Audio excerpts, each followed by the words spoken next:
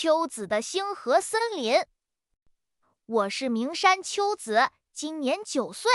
今天我想给你们讲一个发生在我身上的关于森林、勇气和一点点魔法的故事。你们有没有特别害怕的东西？我最害怕的就是丧尸，就是那种在电影里行动很慢，嘴里发出呜呜声，皮肤皱巴巴的怪物。所以当我在和爸爸妈妈的森林野营中不小心走丢时，我的脑子里只剩下一个念头：完蛋了，森林里的丧尸要来抓我了。夜幕一点点降临，森林就像一个巨大的黑色怪兽，张开了它的大嘴。我缩在一棵大树下，抱着膝盖，冷得发抖。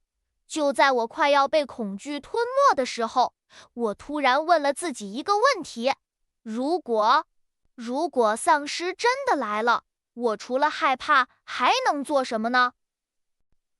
这个问题像一颗小石子投进了我混乱的脑海里。我鼓起全身的勇气，从大树后面探出头，看到了一些零星的光点，像洒在地上的星星，一闪一闪的。我有一个小秘密，我最喜欢收集一种叫星河的东西。哇，眼前的这些光点，它们简直就是我见过的最美的星河。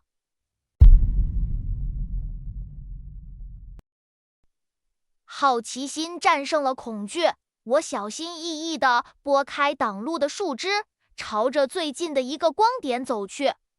那是一朵长在潮湿苔藓上的小蘑菇，它整个身体都散发着柔和的光芒。我伸出手指，轻轻地碰了它一下，就在那一瞬间，一股暖流从我的指尖传遍全身，刚才的颤抖竟然一下子消失了。哇，这太神奇了！有了这个发现，我不再那么害怕了。我的任务从躲避丧尸变成了寻找星河，整个世界好像都变得不一样了。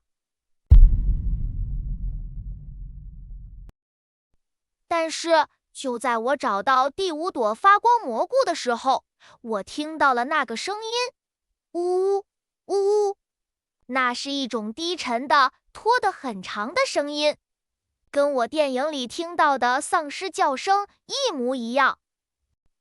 我立刻蹲下，躲在一片灌木丛后面，心都提到了嗓子眼。透过叶子的缝隙，我看到了好几个黑影，它们在不远处的空地上慢慢地移动，身体摇摇晃晃。我强迫自己把眼睛睁大一点，仔细地去看那些丧尸。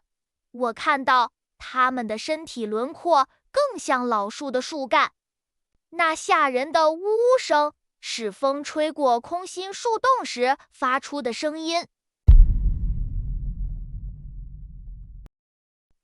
哇，我一下子明白了，原来根本没有什么丧尸。这些奇形怪状的老树，它们脚下的苔藓里竟然长着最大最亮的星河蘑菇。我收集了好多好多的星河，感觉身体里的能量已经满到要溢出来了。就在我触碰到最大的一朵蘑菇时，砰的一声，一团温暖的光球出现在我的掌心上，像一个小太阳。我举着手中的光球，它不仅照亮了前方的路，也彻底驱散了我心中最后一点阴霾。我知道我能找到回家的路了。